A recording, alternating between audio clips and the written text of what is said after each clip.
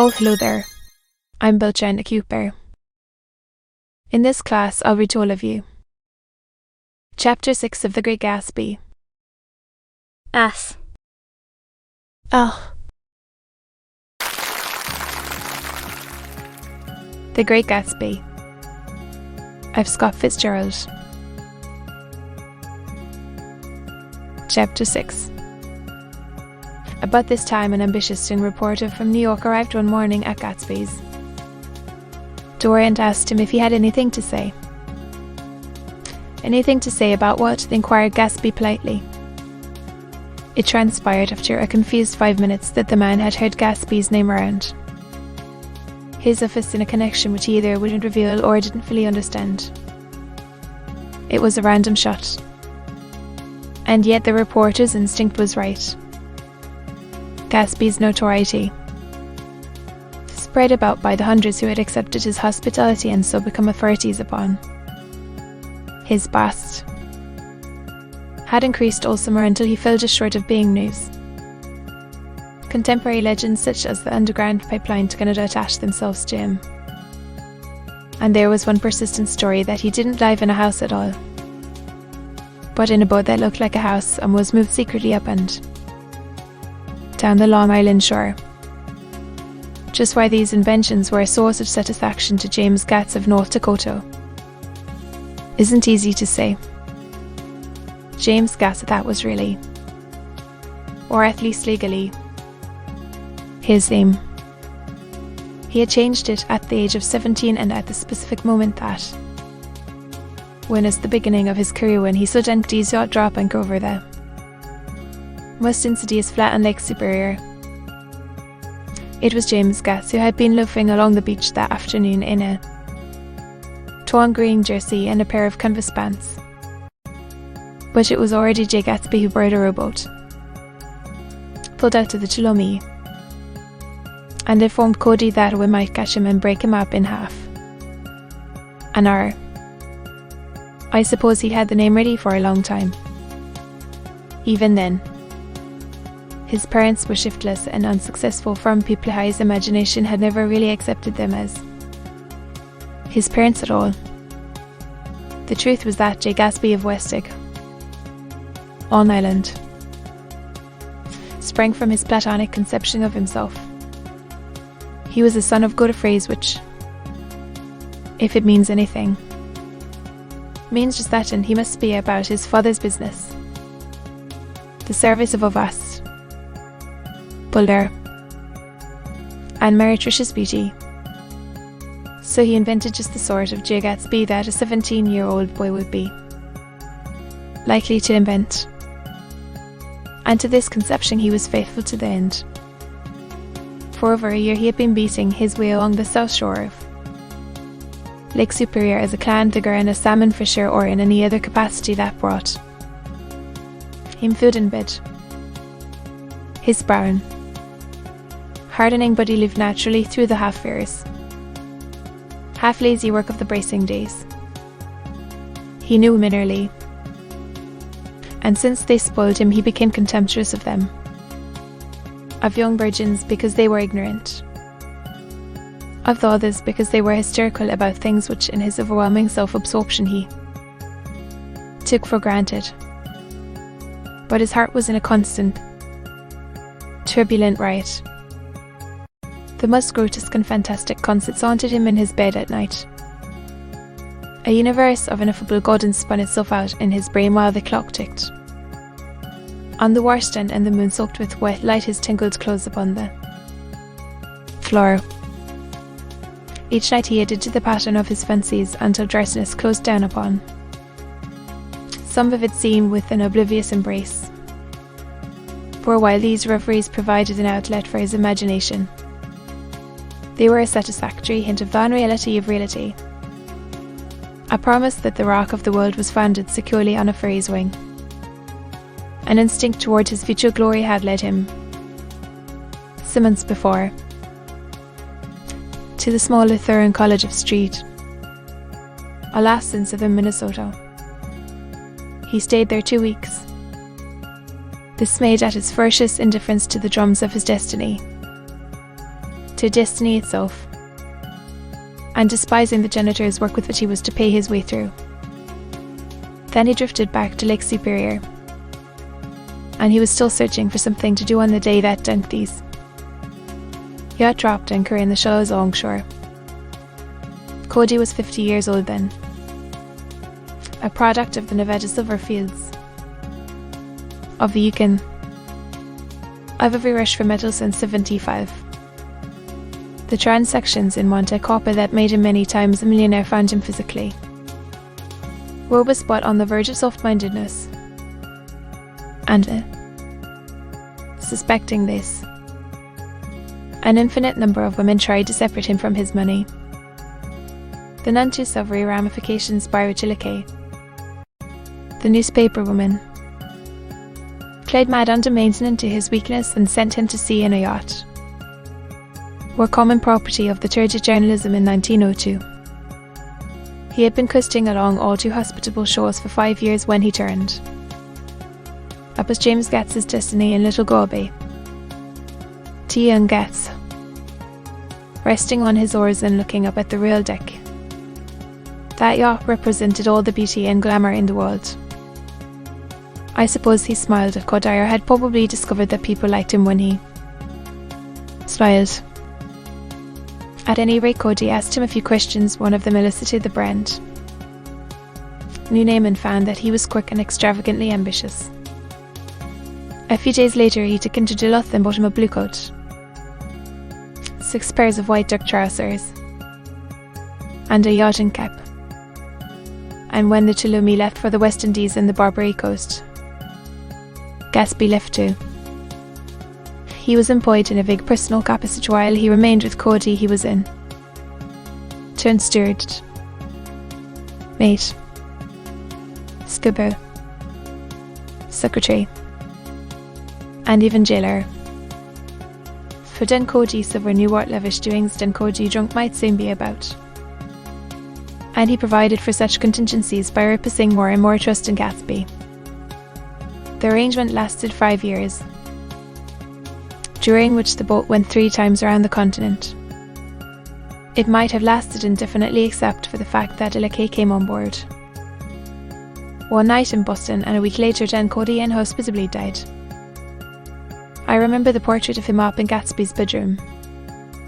A grey, florid man with a hard, empty face of piney debauchee, who during one phase of American life brought back to the eastern seaboard the savage violence of the frontier brothel and saloon. It was indirectly due to Cody that Gatsby drank so little. Sometimes in the course of gay parties women used to rub champagne into his hair. For himself he formed the habit of letting liquor alone. And it was from Cody that he inherited money, a legacy of $25,000. He didn't get it. He never understood the legal device that was used against him. But what remained of the millions went intact to Ilike. He was left with his singularly appropriate education. The vague contour of J. Gatsby had filled out to the substantiality of a man. He told me all this very much later, but I've put it down here with the idea of exploding those first wild rumours about his antecedents, which weren't even faintly true. Moreover, he told it to me at a time of confusion, when I had reached the point of believing everything and nothing about him. So I take advantage of this short halt, while Gatsby, so to speak, caught his breath, to clear this set of misconceptions away. It was a halt, too, in my association with his affairs. For several weeks I didn't see him or hear his voice on the phone. Aimlessly I was in New York, trotting around with Jordan and trying to ingratiate myself with her senile aunt, but finally I went over to his house one Sunday afternoon. I hadn't been there 2 minutes when somebody brought Tom Buchanan in for a drink. I was startled, naturally, but the really surprising thing was that it hadn't happened before. They were a party of 3 on horse, a Beckham and a man named Sloan and a pretty woman in a brown riding habit, who had been there previously. "I'm delighted to see you," said Gatsby, standing on his porch, as though they cared. "Sit right down. Have a cigarette or a cigar." He walked around the room quickly, ringing bells. He was profoundly affected by the fact that Tom was there, but he would be uneasy anyhow until he had given them something, realizing in a vague way that that was all they came for. Wasted. Sloan wanted nothing. "A lemonade?" "No. Thanks." "A little champagne?" "Nothing at all. Thanks, I'm sorry." Moved by an irresistible impulse, Gatsby turned to Tom, who had accepted that introduction as a stranger. "I believe we've met somewhere before." "Wasted." "Well, yes," said Tom, gruffly polite, but obviously not remembering. "So we did." "That's right. I know your wife," continued Gatsby, almost aggressively.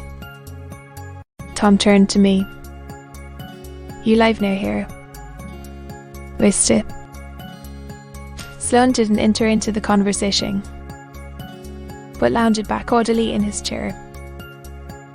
The woman said nothing at all until unexpectedly, after 2 highballs, she became cordial. "We'll all come over to your next party." "Wasted." "Gatsby," she suggested. "Certainly." "Be very nice," said Mr. Sloan, without gratitude. "Please don't hurry," Gatsby urged them. He had control of himself now, and he wanted to see more of Tom. Why don't you stay for supper?" "You come to supper with me," said the lady enthusiastically. This included me. "Wasted." Sloan got to his feet. "Come along," he said bitterly. "I mean it," she insisted. "I'd love to have you." Gatsby looked at me questioningly. He wanted to go and he didn't see that, Mr. Sloan had determined he shouldn't. "I'm afraid I won't be able to," I said. "Well, you come," she urged, concentrating on Gatsby. "Wasted." Sloan murmured something close to her. "We won't be late if we start now," she insisted aloud. "I haven't got a horse," said Gatsby. "I used to ride in the army, but I've never bought a horse. I'll have to follow you in my car." The rest of us walked out on the porch, where Sloan and the lady began an impassioned conversation aside. "My God, I believe the man's coming," said Tom. "She has a big dinner party and he won't know a soul there." He frowned. "I wonder where in the devil he met Daisy. By God, I may be old-fashioned in my ideas, but women run around too much these days to suit me." Suddenly, Mr. Sloan and the lady walked down the steps and mounted their horses. "Come on," said Mr. Sloan to Tom. "We're late. We've got to go." And then to me, "Tell him we couldn't wait." Tom and I shook hands.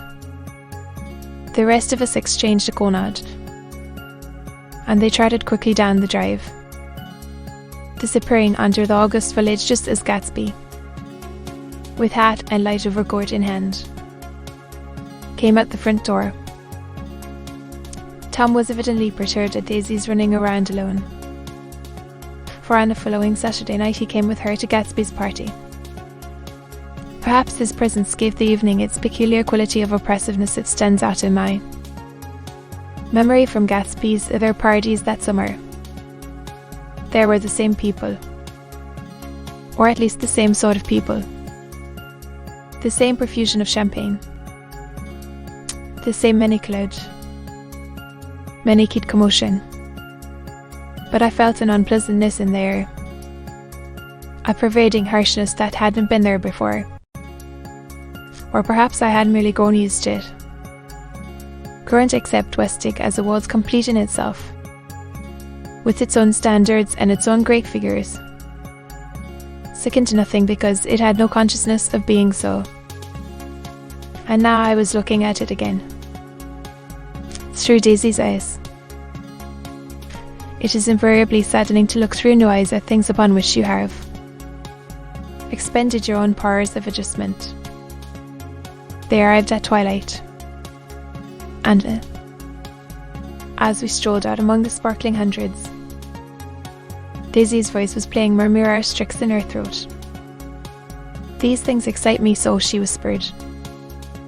If you want to kiss me any time during the evening, just let me know and I'll be glad to arrange it for you.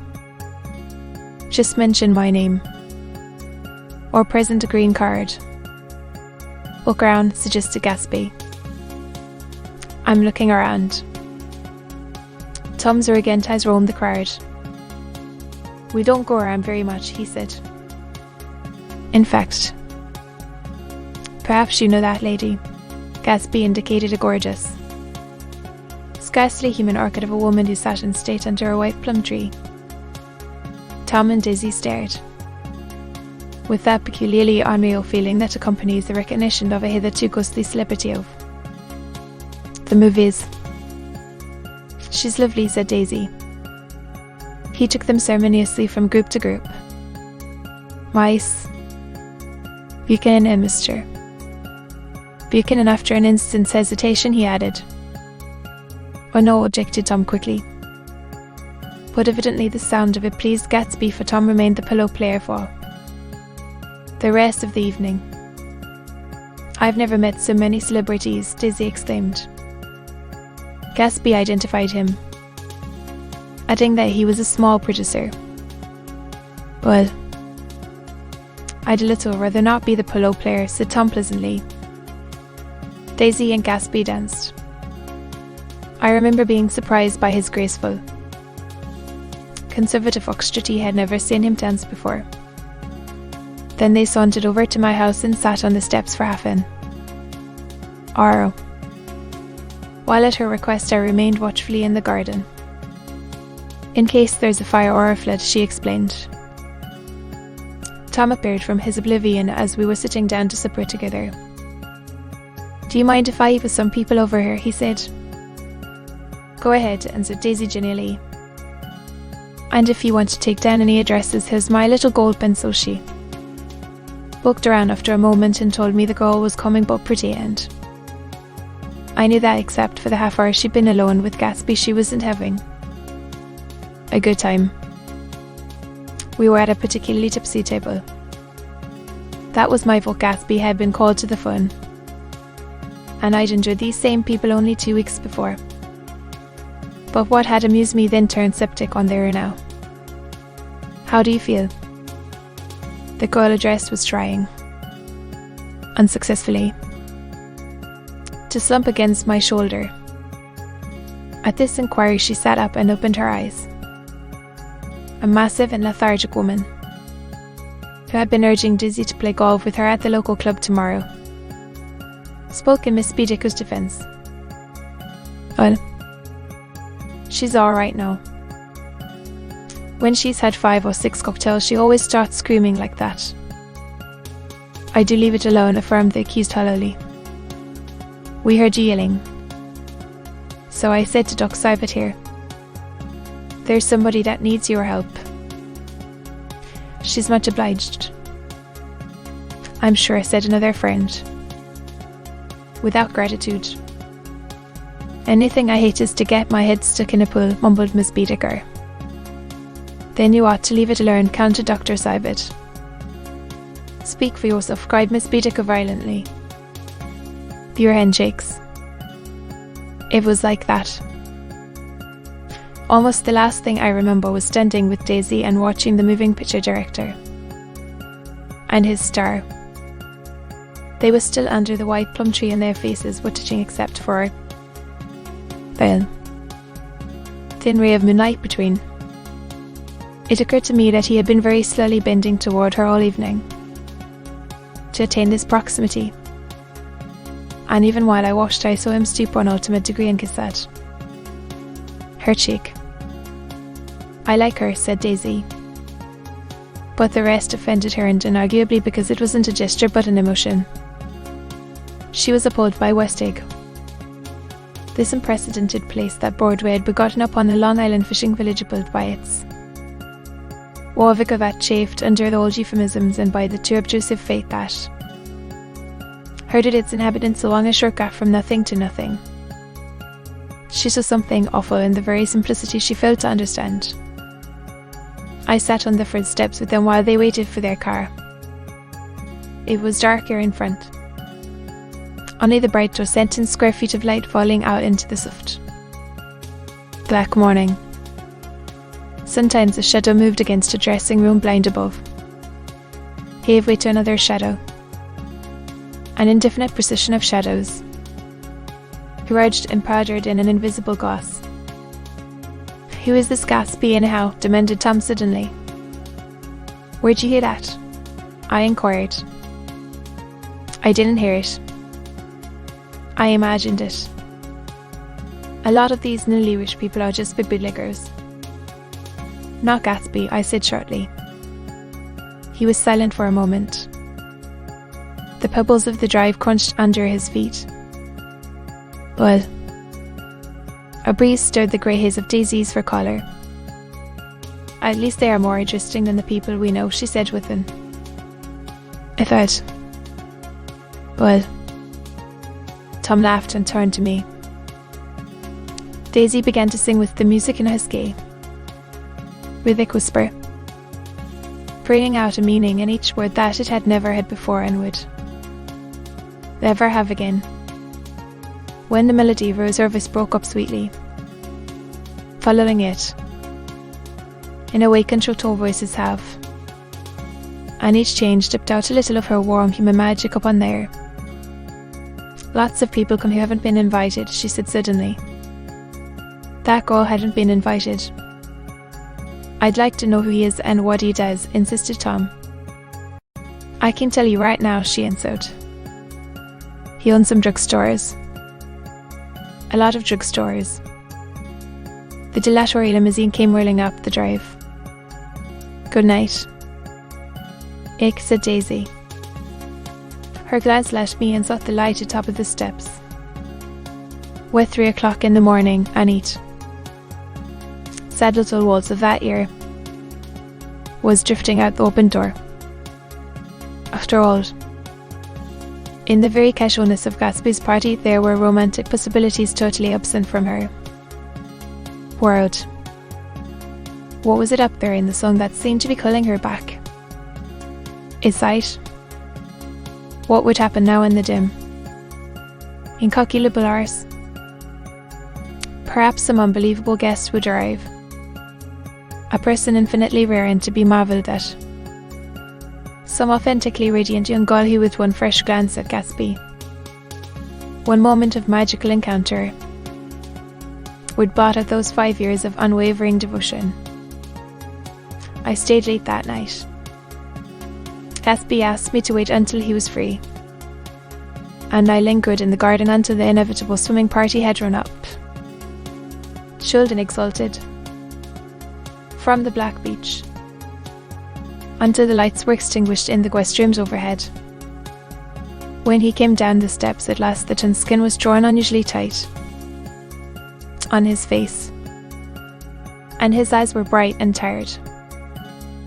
She didn't like it, he said immediately. She didn't like it, he insisted. He was silent, and I guessed at his unutterable depression. I feel far away from her, he said. The dance? He dismissed all the dances he had given with a snap of his fingers. Old sport. He wanted nothing less of Daisy than that she should go to Tom and say, I never loved you. After she had obliterated 4 years with that sentence, they could decide upon the more practical measures to be taken. One of them was that, after she was free, they were to go back to Louisville and be married from her house just as if it were 5 years ago. And she doesn't understand, he said. She used to be able to understand. He broke off and began to walk up and down a desolate path of fruit, vines and discarded favours and crushed flowers. I wouldn't ask too much of her, I ventured. Can't repeat the past, he cried incredulously.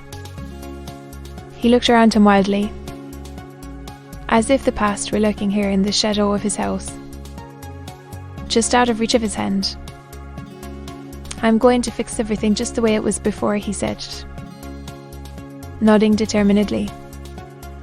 He talked a lot about the past, and I gathered that he wanted to recover something, some idea of himself perhaps, that had gone into living Daisy. His life had been confused and disordered since then. But if he could once return to a certain starting place and go over it.